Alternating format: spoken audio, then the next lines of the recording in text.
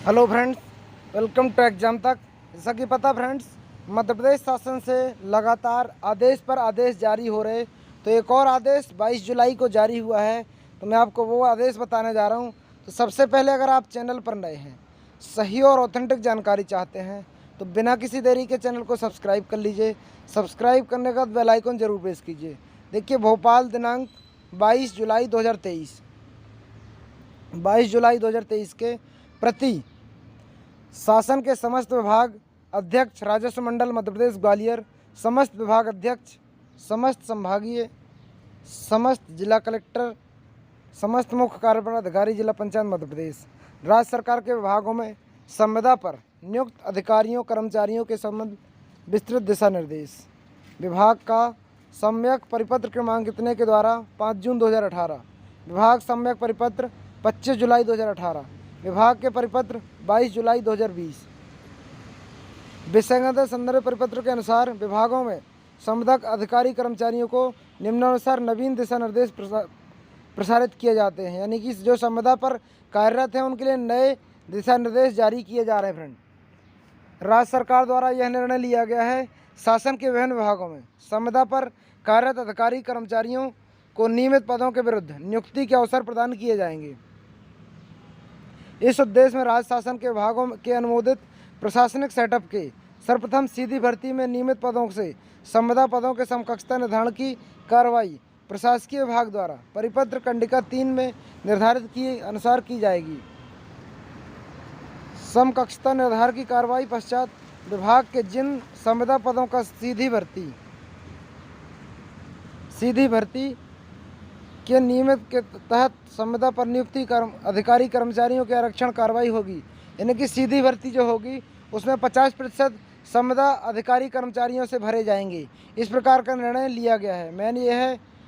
दूसरा है, विभाग में नियमित भर्ती के रिक्त पद के समकक्ष संविदा पद पर आवेदक न्यूनतम 5 वर्ष तक निरंतर संविदा आधार पर नियुक्ति में रहा है तो उसको नियमित पद की समकक्षता का निर्धारण कर परिपत्र कंडिका 3 के अनुसार किया जाएगा। 5 वर्ष की यह अवधि रिक्त पद के विरुद्ध आवेदन करने की दिनांक को पूर्ण होना चाहिए। इस संशय का प्रमाण पत्र उसे प्रस्तुत करना होगा। यह प्रमाण पत्र यथास्थिति जिला अथवा राज्य स्तर सक्षम अधिकारी द्वारा जारी किया जाएगा। यानी कि 5 वर्ष तक कम से कम कार्य किया होना चाहिए तो उसको ये सारी नियम शर्तें मिल जाएंगी। तो 5 वर्ष की सेवा अवधि, अगर संविदा अधिकारी कर्मचारी किसी अवधि में हटा दिया गया हो तो उसे पुनः उसी पद पर अथवा किसी अन्य पद पर संविदा की नियुक्ति प्राप्त हो गई हो तो 5 वर्ष की सेवा अवधि की गणना सेवा पृथक करने से अवधि को घटाकर ली जाएगी। यानी कि किसी कारणवश टाइम मतलब बीच में निकाल दिया गया था तो वो टाइम नहीं जोड़ा जाएगा। किसी विभाग में कार्यरत संविदा पर नियुक्त अधिकारी कर्मचारी अन्य किसी भी विभाग द्वारा विज्ञप्त पदों पर आवेदन कर सकेगा। इस प्रकार कंडिका नियम की समकक्षता अर्हता रखता है। यह आवश्यक नहीं है जिस विभाग में संविदा पर नियुक्त है उसी विभाग में नियमित नियुक्ति के अवसर दिए जाएं।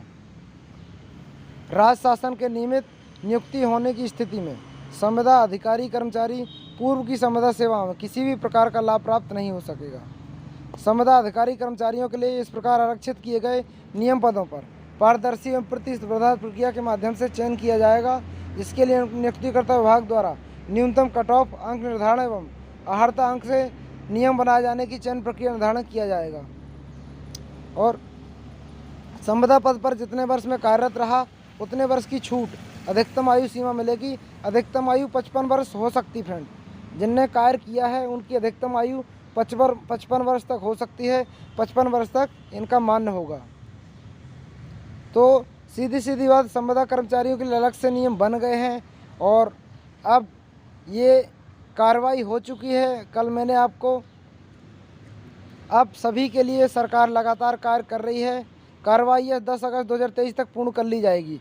एक और खबर अच्छी है कि नियमित कंडिका 3.1 कार्रवाई का अनुमोदन 3.2 के अनुसार वेतनमान के समकक्ष नियमित पदों के वर्गीकरण में आ रही कठिनाई का निराकरण मुख्य सचिव मध्य प्रदेश शासन की अध्यक्षता में गठित सक्षम समिति द्वारा किया जाएगा। समिति में अपर मुख्य सचिव, समान प्रशासन के मुख्य सचिव, वित्त विभाग संबंधित सचिव सदस्य रूप में सम्मिलित होंगे। समिति में बैठक आयोजित कराने वाले पदों को वर्गीकरण समकक्षता निर्धारण की कार्रवाई अंतिम रूप से देने का उत्तरदायित्व प्रशासकीय विभाग का कार्रवाई दिनांक 10 अगस्त 2023 तक पूर्ण कर ली जाएगी।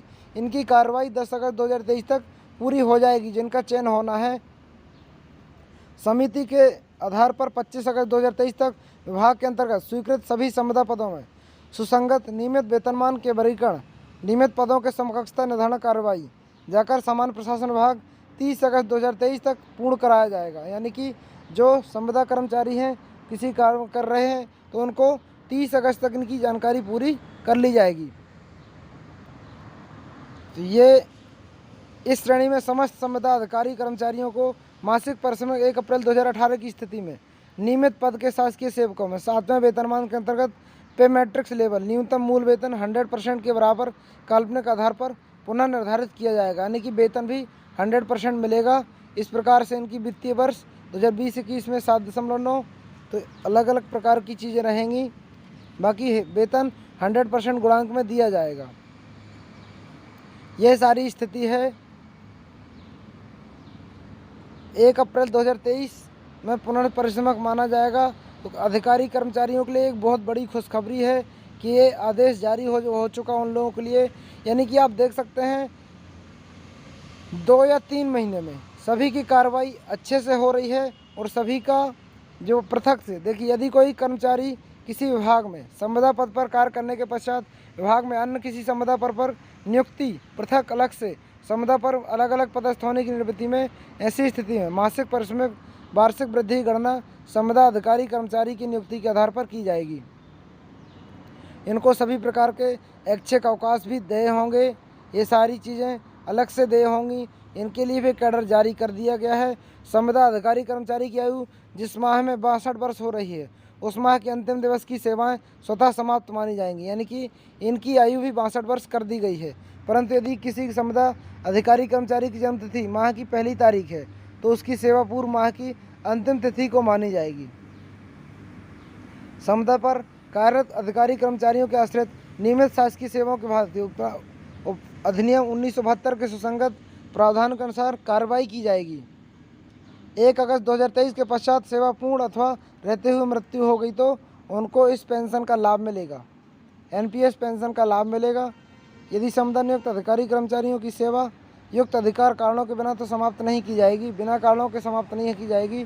सक्षम अधिकारी द्वारा कार्रवाई होगी, सारी चीज़ें और जांच वगैरह होगी। 2 माह में जांच होगी, उसके बाद ही सारी चीज़ें होंगी फ्रेंड्स। तो ये बहुत अच्छे डिसीजन लिए गए हैं। संविदा अधिकारी कर्मचारियों को स्वास्थ्य बीमा का लाभ भी दिया जाएगा। स्वास्थ्य बीमा का लाभ भी अलग से दिया जाएगा। ये भी संविदा अधिकारी कर्मचारियों के लिए अलग से नियम बनाया गया है। तो मध्य प्रदेश राज्यपाल के नाम से आदेशानुसार गिरीश शर्मा, उप सचिव, मध्य प्रदेश शासन सामान्य प्रशासन विभाग, ये जानकारी थी। तो इस प्रकार से पद भरे जाएंगे जो आप देख पा रहे हैं। इस प्रकार की जानकारी जाएगी विभाग के नाम से। तो ज़्यादा से ज़्यादा वीडियो को शेयर कर दीजिए। मिलते हैं ऐसी जानकारी के साथ। जब तक के लिए जय हिंद, जय भारत।